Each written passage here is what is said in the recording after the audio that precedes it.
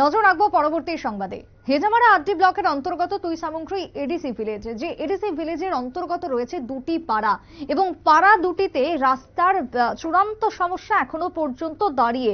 বিশেষ করে গজপাড়া এবং অন্যটি হচ্ছে একটি গজপাড়া, সেই জায়গায় দাঁড়িয়ে অন্যটি হচ্ছে মঙ্গল সর্দার পাড়া। এই দুটি পাড়াতেই প্রায় 200 পরিবারের বসবাস রয়েছে, কিন্তু তারপরও যাতায়াতের যে রাস্তা তা দীর্ঘ বছর ধরে জরাজীর্ণ অবস্থায় রয়েছে এবং জীবনের ঝুঁকি নিয়ে এক প্রকার যাতায়াত করতে হচ্ছেন এলাকার বাসিন্দাদের।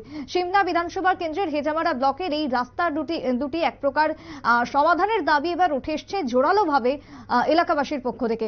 কি বক্তব্য উঠে এসেছে সিমনা থেকে শুনুন। কত বছর ধরে আপনারা এই এলাকায় জলের সমস্যা চলছে? আমরা এনে তো অনেক বছর তো জলের অসুবিধা রয়ে থাকছি। একটা সাপ্লাই দিতে ওই বাংলা উত্তর হয়ে গেছে গা, বাংলা মিয়ে হয়ে গেছে গা, ঠিক মতো জলে আয় না, এখন তো সব নষ্ট হয়ে গেছে গা, এখন তো নাই ওই। আমরা অনেক দূর থেকে জল তুলিয়া খাই এখন।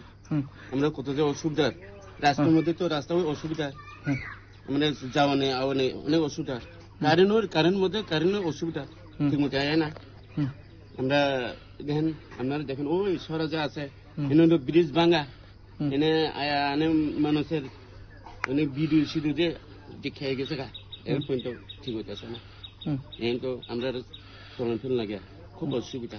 আপনারা হাসপাতাল, স্কুল, কলেজ যারে আসা যাব, এই রাস্তা দিয়ে আসা যাওয়া করতেছেন আপনারা? ও এই রাস্তা দিয়েই তো আমরা পোলাপানের বৃষ্টি হলে তো বৃষ্টির সময় স্কুলে দেখতে পারে না, আসা যাওয়া করতে পারে না, যাওয়া করতে পারে না।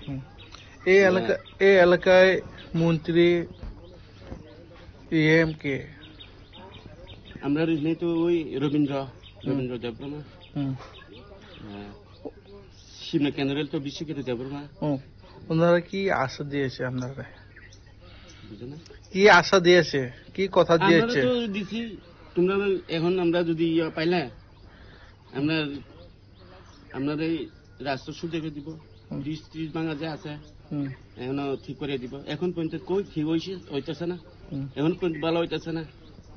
আমরা এখন যাওয়ানে অনেক অসুবিধা। বৃষ্টির সময় তো এখন তো বৃষ্টির সময়, বৃষ্টিকাল হয়ে গেছে, বর্ষাকাল, বৈশাখ পার হইলে তো বর্ষাকালই তো। বর্ষাকালে তো আমরা সরা তো জল ভরবো, আপনার যাওয়ানে খুব অসুবিধা হয়ে যাবে। এখন পর্যন্ত বৃষ্টি এখন পর্যন্ত ভালো হইতেছে না, বানাই তো কইছে, এখন পর্যন্ত কিছুই করছে না। এখন আপনারা কি বলতেছেন, বর্তমান সরকারকে কি আবেদন করবে?